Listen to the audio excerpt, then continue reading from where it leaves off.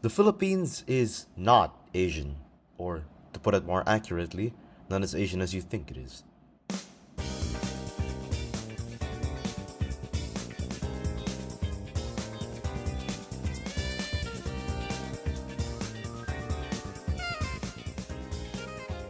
The Philippines, a nation that is geographically and genetically Asian, but culturally it can be described as the Mexico of Asia. While the social customs of Asian society, such as collectivism, respect for elders and authority, a focus on family ties, a preference for indirect communication, an emphasis on education, to name a few, have remained unchanged ever since the first Austronesian people set foot on Philippine soil, every other aspect of Philippine society and culture has been reshaped by Western influence, for good or for bad, from colonial history to modern day consumerism. And these changes have either gone under the radar, have been demonized, or have been bastardized to the point where it's hard to call them Filipino. Now, a bit of a side note here. What exactly do you mean by quote-unquote Asian? There are many cultural spheres in Asia. Which one will you be comparing the Philippines to? East Asian, South Asian, Southeast Asian? Well, for this video, I'll mostly be focusing on how the Philippines isn't as similar to Southeast and East Asia despite how close we are geographically. Asia in general is a very diverse continent, so obviously it's hard to form a distinct Asian identity that I can compare the Philippines to, so I will choose the regions that are closest in proximity, naturally. Let's get back to the video now, shall we?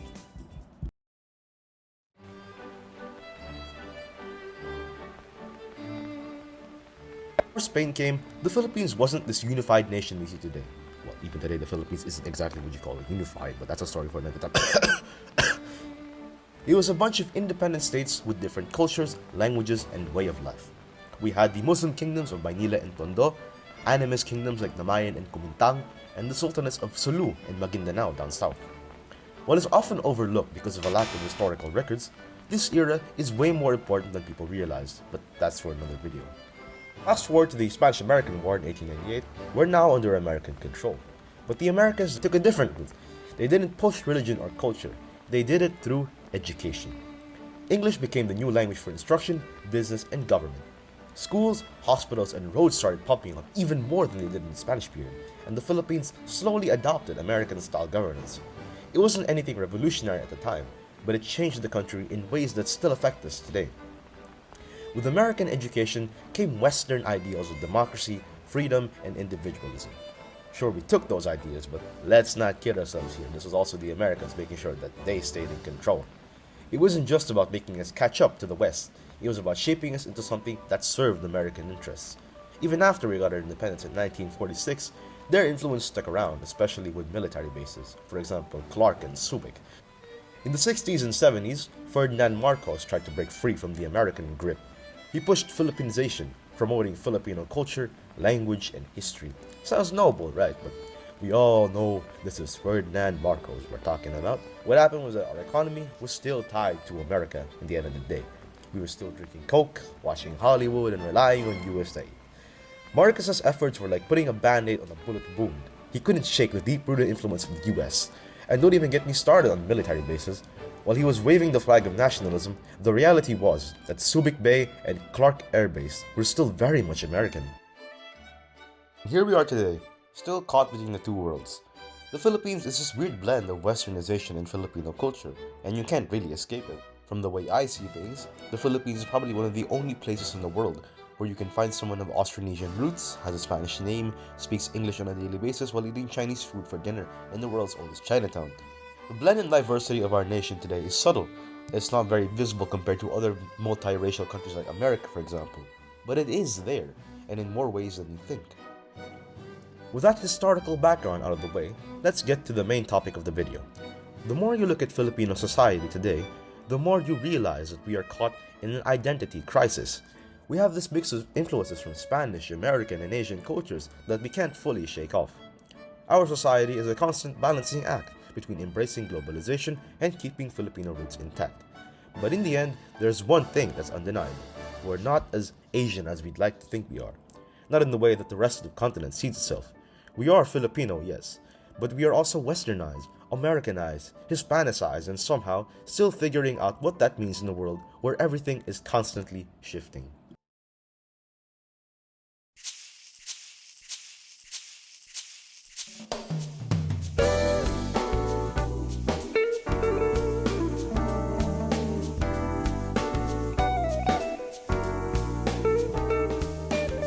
where exactly did they even get this idea that, quote-unquote, the Philippines is not as Asian as others? Well, first off, the language.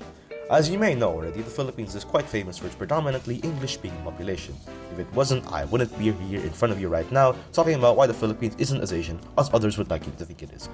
But kidding aside, that's something, that English fluency is something that has grown to be both a blessing and a curse.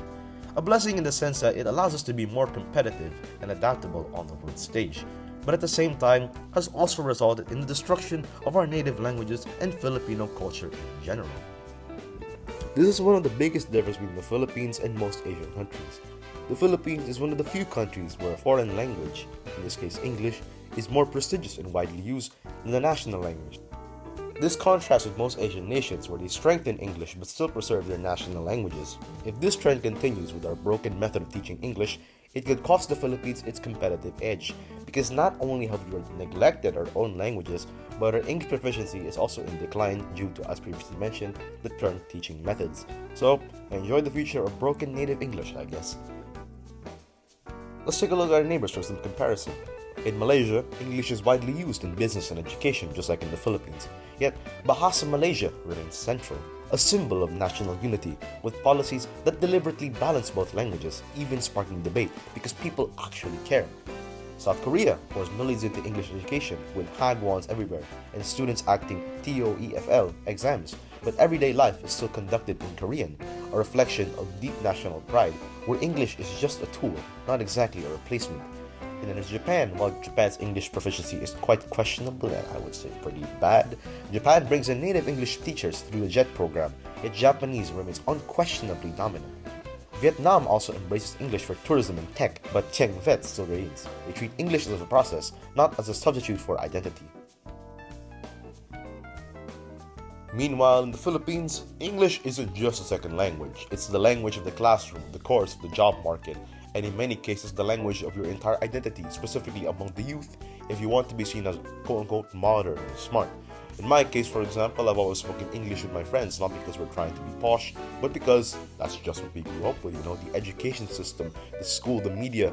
What society told us was that the way to get ahead was through English, and because of that, we only gradually grew up speaking English. Though in my case, because I was born into a Tagalog-speaking family, I still do have knowledge of Tagalog. I'm not that Kanye. Guys, please.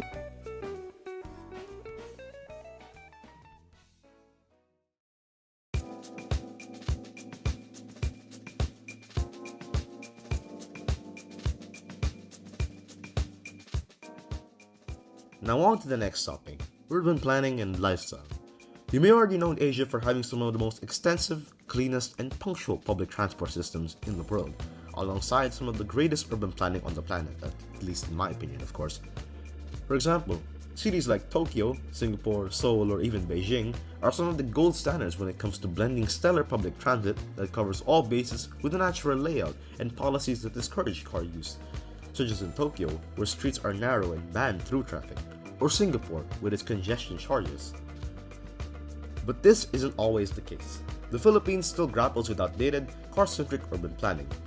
Multi-lane highways clogged with traffic, streets built for cars instead of people, and sprawling, poorly connected suburbs.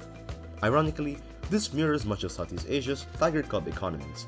Traffic-choked boulevards cut through city centers with little regard for walkability, sidewalks are either missing or blocked, and gleaming high-rises tower over informal settlements while rural migrants struggle to get by. Suburbs lack proper public transport links, leading to congestion, pollution, and weak disaster resilience, the symptoms of an urban system designed without people in mind. The main difference stands at which 1. The pace that the Philippines is moving away from this pattern of car centricity, and 2. The centralization, sustainability, and long-term planning when it comes to this shift, both of which are things that the Philippines absolutely fucking sucks at. My first point, when comparing the Philippines to its Southeast Asian neighbors, it becomes very evident that while efforts are being made to catch up, the country still lags behind in many areas of urban planning and transit development. Countries like Indonesia, Thailand, and Vietnam may still be a car-centric urban hell at the end of the day, but they have made great strides in improving their urban planning and public transit. For example, Indonesia has an extensive BRT system, the longest in the world in fact. They have a pretty good commuter rail and recently opened their MRT. Thailand's metro systems stand to be as great and efficient as ever, providing connections to everywhere in Bangkok. And Vietnam, Oh boy, Vietnam has managed to open 2 metro systems in 2 different cities, plans to significantly increase their reach by 2030, and is starting the process of expropriating land for the HSR line. What? And Thailand's doing the same too? What the hell? Now we're talking! Meanwhile, here in the Philippines, we had the LRT and the MRT for decades. In fact, the LRT was even the first rapid transit line in Southeast Asia, preceding even Singapore. But despite that head start, our system's a mess, The first is the worst, as they say.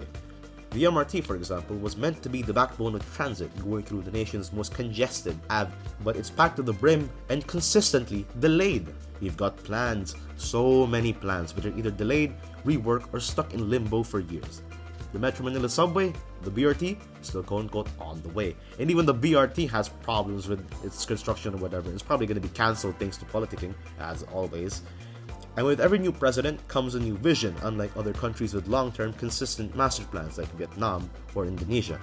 And at this rate, GTA 6 might drop before even the subway does.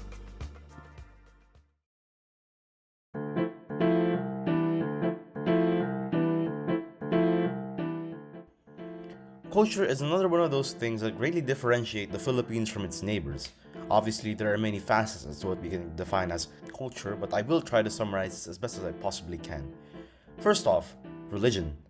Now, pretty sure we all know by now that the Philippines is one of the only 2 countries in Asia with a majority Christian and Roman Catholic population, nonetheless, the other being East Timor. This stands in stark contrast with other Asian countries, who are either Muslim, Buddhist, or Hindu. This distinct religious landscape stems from our Spanish colonial past, where the main goal was to Christianize the islands. Unlike other Asian countries, where local belief systems remain dominant, Catholicism became deeply woven into our identity, shaping our holidays, values, and daily life in ways that often feel more Latin American than Asian. While other countries often have Ramadan, Diwali, or Chinese New Year, the Philippines has this too but not to the same extent, we have Holy Week, Undas or Day of the Dead, and Christmas as our biggest holidays, similar to the Latin American countries. Next would be the colonial influence in daily life. As I mentioned before, Spanish and American colonization runs deep in daily life, much unlike other Asian nations, who haven't been colonized or the influences are much more surface level. From architecture to cuisine to our customs to our language, it's all there. Even our national dances and music are adopted mainly from Spanish and American influences. But first, let's talk about architecture. The Spanish brought their architectural style to the Philippines, which evolved into a unique blend that suited the tropical climate. The Bahay na Bato is a prime example, an evolution of the traditional Bahay Kubo, but with stone and brick instead of bamboo. Victorian-era eclecticism also influenced these buildings, adding ornate features like wrought iron grills, carved wooden cornices, and religious motifs, things rarely seen in other Asian countries, where simplicity or different styles of ornamentation were common. There's also the earthquake Baroque style, developed to withstand frequent earthquakes. In fact, 4 churches built in this style made it to the UNESCO World Heritage List: the San Agustin Church in Intramuros, the Minor Basilica of La Nuestra Señora de la Asunción in Santa Maria, Ilocos Sur, God, that is a really long name, the Church of San Agustin, this time in Paway, Ilocos Norte, and the Church of Santo Tomas de Villanueva in Miagao, Iloilo. Then there's American architecture, which was prominently neoclassical or Art Deco in style, which is seen in the National Museum, or should I say museums in this case, the Metropolitan Theater, and some of the buildings in Binondo. There's also some good examples of view art architecture as well, seen in structures such as the Luneta Hotel and the Jones Bridge. The Americans were also responsible for the first standardized school building design in the country. The Gabaldon school buildings were famous for their great but cost-effective design that had good ventilation. In terms of the arts, the Philippines took a sharp left turn from most of Asia. While countries like Japan, Korea, and Thailand preserved strong native traditions in the fashions and in the arts, Filipinos were already strutting around in American-style suits, flapper dresses, and the iconic terno with butterfly sleeves. Thanks to centuries of colonization, we ditched traditional garb for Western glam. In music, we had kundiman for the soul, but the 1930s also brought in swing, foxtrot, and crooners who wanted to be Frank Sinatra. Dance halls echoed with big band jazz while other Asian countries were still moving traditional folk rhythms. In literature, instead of native scripts, we used Roman letters, writing in Spanish then English, with styles ranging from religious poetry to American-style essays and novels. During the colonial era, many Filipinos started writing traditional Spanish corridos or zarzuelas. Meanwhile, at the scene of fine arts, we had artists like Felix Resurrection Hidalgo and Juan Luna paving the way for Philippine expertise onto the world stage. In fact, Juan Luna even won the Gold Award at the Exposición Nacional de Bellas Artes in Spain with his painting Spoliarium, which today sits on display at the National Museum alongside his other paintings such as La Bulaqueña and Felix Resurrección Hidalgo's The Assassination of Governor Bustamante.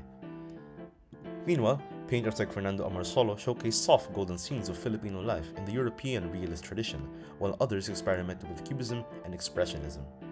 Where East and Southeast Asian art leaned symbolic or minimalist, Filipino art was dramatic, westernized, and emotional, a blend of colonizer aesthetics layered over native stories. Moving on to values, this is where things get a little more subtle but still super telling. Filipino values are often described as Asian. We value family, respect for elders, community, and yeah, all of that is true. But the way we express those values has such a westernized flavor to them that it becomes hard to fully see them as purely Asian. For example, we emphasize strong family ties like many other Asian countries, but we also tend to push for overseas work, which results in millions of Filipinos growing up in OFW households, something quite unique compared to our neighbors. Then, there's the idea of hiya, or shame, which is very Asian, but the way it shows up in social behavior sometimes clashes with the very American speak your mind mentality that we've also internalized. You see this weird contrast all the time. People are expected to be polite and reserved in person, but then go absolutely feral on Facebook or Twitter, kind of like Japanese Twitter sometimes. It's a clash of modesty and individualism that reflects our dual upbringing, one foot in Asia and one foot in the West. Even our obsession with Western beauty standards ties into this. Skin whitening products, Eurocentric fashion and facial features being as the ideal, that's not coming from Malaysia or Vietnam. That's coming from centuries of colonial programming that told us to be beautiful is to be white adjacent. And even in our mannerisms, you'll notice this weird hybrid of Western self-confidence and Asian collectivism. We're raised to be respectful and obedient, but also told to chase dreams, hustle, and stand out. So what ends up happening is a kind of identity whiplash, like, do I stay in the pack or break out of it? Am I supposed to blend in or rise above? That contradiction isn't as present in other Asian societies, where the cultural messaging tends to be more consistent. So overall, Filipino values are like a remix. You've got Asian traditions as the base layer, but with a heavy Western production. A little American independence here, some Spanish hierarchy there, and suddenly it's like, oh, okay, this explains a lot about us. Anyway, next up, let's take a look at language and media and how even those reflect our mixed up identity. Now, I may have already talked about language previously, but this is different. This is gonna mostly tackle about how Spanish in particular has influenced native languages extensively. In Filipino alone, the national language, mind you, anywhere 20 to 33% of words have Spanish origins, and the number goes even higher for Filipino languages such as Cebuano, Hiligaynon, or Bicol. A lot aren't even obscure scholarly terms, mind you. They're everyday, even colloquial words used by Filipinos.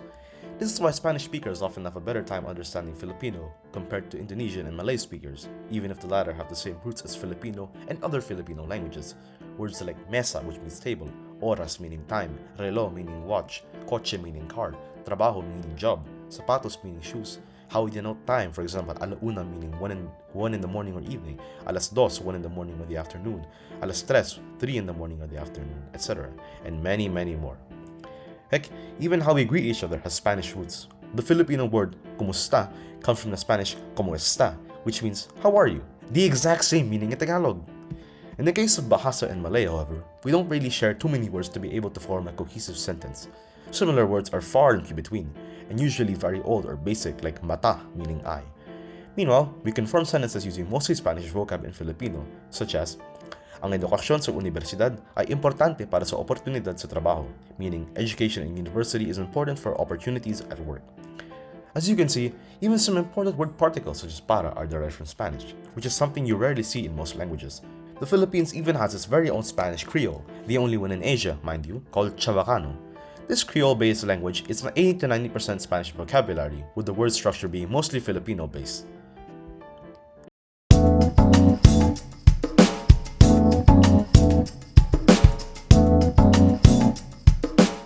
So, there you have it.